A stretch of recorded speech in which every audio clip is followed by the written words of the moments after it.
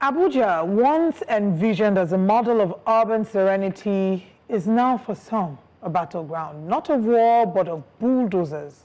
In the past week, we've seen the demolition of parks and garden spaces built with private investment, nurtured by community spirit and protected by legal agreements, yet they've been razed. Why? Who benefits and who's accountable? Just last week, we brought you a report of how business owners in the nation's capital counted their losses following the demolition of the structures by the FCDA. We shall be taking a look at a deeper concern as to whether or not the structures legitimately been brought down by the authorities, or maybe there is perhaps a bigger case of land grabbing schemes involved in these actions by the authorities of the Federal Capital Territory. Join us this morning for this discussion is legal practitioner and policy analyst, a fierce advocate for good governance, Dr Liborous Oshoma. A warm welcome to you, and thanks for joining us on Breakfast Central this morning. Yeah, thank you very much, Yvonne and Gbenga in the studio. I greet you. Good morning. Now let's start with it. Are these demolitions legally defensible, or are we witnessing executive overreach? I'm talking about the recent demolitions in Abuja. Yeah, to tell you straight, Gbenga, what you are seeing is executive rascality. Are not legally allowed demolition. Unlike the case of Lagos State, for example, you hear that Lagos State would tell you that they have issued notices, they even give amnesty for regularization, and then they will now ask that people whose property has been demolished should bring their documentations and approval. But in this case, in the case of the FCT, they have listened to complaints from most of these park owners who were duly issued certificate of occupancies. Mind you, these green areas, because people really don't understand what green areas also are, these green areas are usually meant for parks, entertainment, and then sit out, just what those people are using them for. And that is why when El-Rufai came, he sanitized the certificate of occupancy issuance process in the FCT. And so they have the ages, automated, processes. And so you can't, it's almost impossible for illegal, what do you call it now, approvals in the FCT. That said, these people were duly issued CFOs, ground rent duly collected up to date, and then subsisting court orders restraining the government from taking any step pending the hearing and determination of the matter submitted before the jurisdiction of the court. But unfortunately, the FCT and its authorities, despite this court order, despite the issuance of their certificate of occupancy, would go straight into these places and demolish. When it has not been shown also. Can you hear me? Yes, we can hear you. Go ahead. Hello? Yes, we can hear you. Please go ahead. Okay then. It has also not been shown that these certificates of occupancies have been revoked. Because even when you are revoking, Mr. Liborous, we can hear you very clearly. If you can please proceed. We can hear you. It seems that we're having a bit of an issue with the internet, and we hope that you can come and help us clarify. Last week we began this story. Hello? Yes, welcome, Mr. Oshoma. Yes, please go ahead. Can you hear me now? We can hear you. We're just struggling a bit with your video, but we can hear you. So please go ahead. Yeah. So even when you are revoking a certificate of, okay then. So even when you can revoke a certificate of occupancy, there are procedures and processes for doing that. Well, it seems that today's network is powered by poor Demolitions. connectivity and will not be able to connect with technological restraints. But he was making very salient points. I was waiting for that response, that even if you have, because the ladies, there are many cases. We had the case of the one we just considered this week, last week, I beg your pardon. Jennifer Omeh. They said they had the documentation, they have been paying, they've been following through, but yet there was a court order. The demolition even took place while the case was in court. And the court order That's says what I want to ask him. Do they have the powers to go ahead and do that, even when the case has been entertained in court? Secondly, we also have the issue of those who had built houses in certain areas and then they had their homes demolished. That's another conversation as well. How does that take place? And I would have loved for him to speak down onto Lagos State. Let's also come to Lagos State. We've been seeing demolitions here and there.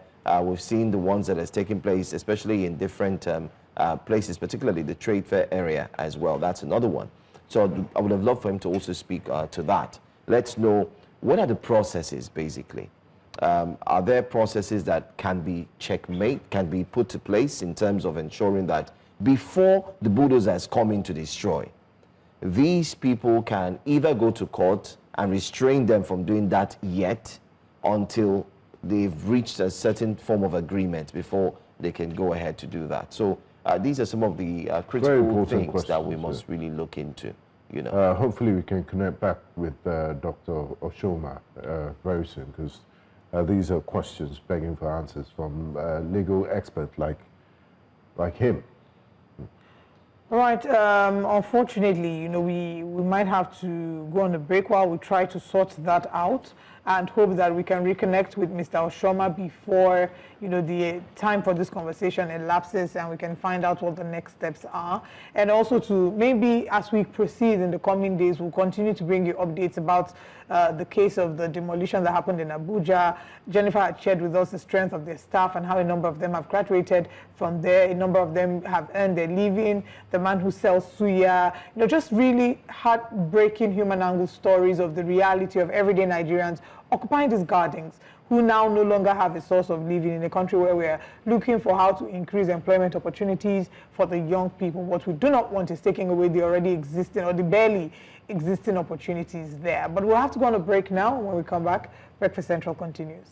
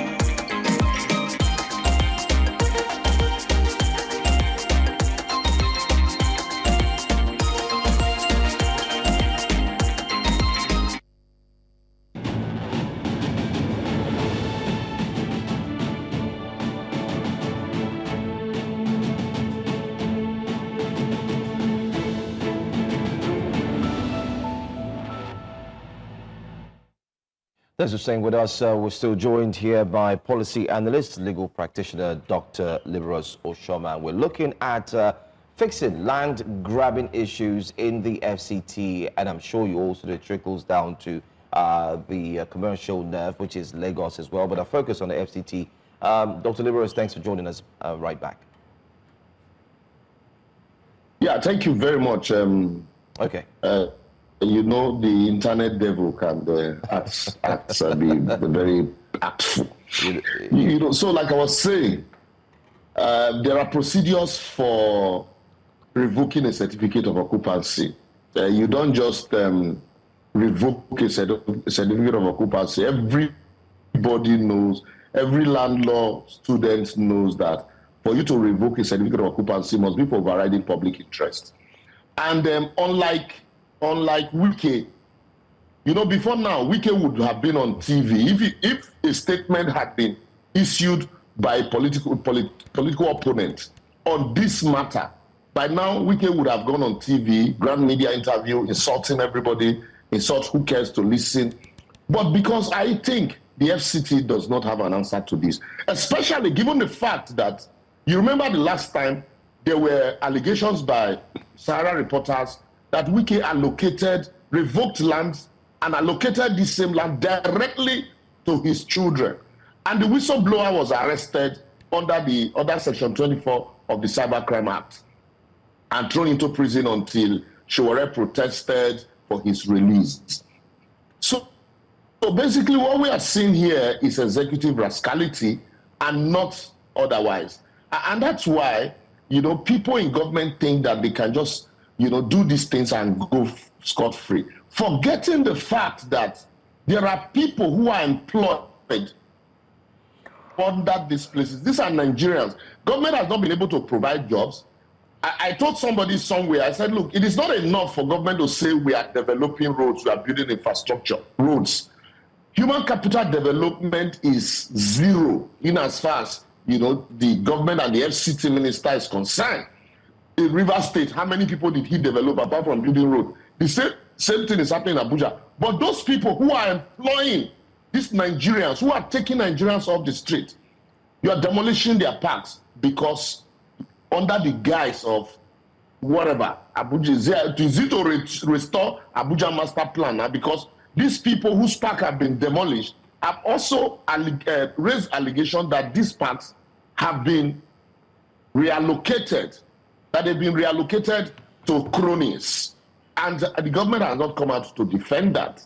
So the thing is, unfortunately, we've seen so many authorities, cases. Unfortunately, this cannot be sustained. There are issues in Nigeria where government took land from people and used them for private individuals, or even for reallocated them. But eventually they left office and the court ruled that those land that were taken were wrongly taken, and they revert those land back to the original owners that they were allocated to. And under the doctrine of Kwikwi Platator Solo Sedi, he who owns the land owns everything affixed to that land. So, and that was how people inherited houses that they didn't build. So in this case, I am just, pitying those people who are being, or who these lands are being allocated to, because someday the government is going to come and another government is going to come and the court will rule that this land were wrongly revoked or that they were reallocated wrongly. So that's why the FCT minister should be careful. The way he's going, he's not the first FCT minister. He won't be the last. And the way he's going about this thing, it's the rascality and the brazen manner with which he's doing it it's appalling. And government is supposed to be for the people and not against the people. But what we are seeing is a government against the people. Mr. Oshoma, if you say that this is executive rascality at its finest, and you've said that the FCT minister needs to do differently, who then holds the FCT minister to account?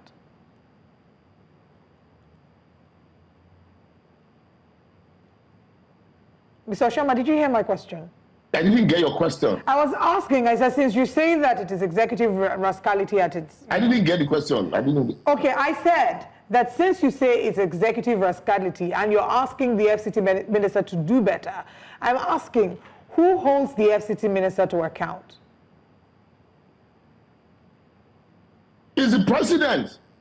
It's the president. Unfortunately, we see him doing all of this and nobody's calling him to order. A lot of people call him the emperor these days, the landlord of Abuja. And the president does not know. Despite that shout of renew hope agenda, the man is busy destroying the hope, the little hope that even others are given to people who are despair. That's why when I sometimes ask myself, all of this rascality, despite all of this rascality and application of money in the banks in America, allocation of properties to his children directly, and the president, the government is yet to issue a statement. The only thing I learned was that his monthly media chat has been stopped by the president. I've read that, in some blogs. I don't know how true that is, but we also know that he has not been, issuing or granting those his media chat as though he's the president of the country. And then we see him anytime any politician raised anything or say anything. If it was just, do you know the only way Wike can respond to this? Just let Amechi say something about this demolition. Be sure that the very next day he will take 2 hours on primetime TV and grant interview and will not address the issues. He will not address the issues, but rather will attack Amechi, call him names, and then tell us how he drives a Rolls Royce. How he was driving a Rolls Royce and his father was the general manager. But because these people are ordinary people, he will not respond. The government of President Bola Ahmed Tinubu, despite his Renew Hope agenda, he's seeing that his minister is destroying the hope of the ordinary man. They are also not responding. And then you saw what he did in Port Harcourt. If not that he's been empowered by the government of the day, you think he will be able to do all of these things that he's doing? The silence of the government means acquiescence. So I'll put the blame squarely at the doorstep of Mr. President. The fact that there are no opposition today, the fact that the opposition has not been able to put its act together does not mean that Nigerians are not opposing or Nigerians are not in opposition to the policies of the government. That Nigerians are not in opposition to the acts of Wike in FCT.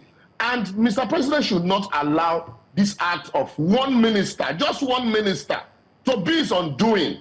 There are some ministers in the cabinet, the Minister of Interior, the Minister of, Aviation, who are shining stars. But Wike would build one road and insult 10 people during commissioning. You saw the way he asked, despite the clear provisions of the Constitution, asked the chairman of AMAC to stand up in public, and then he dressed him down over street naming.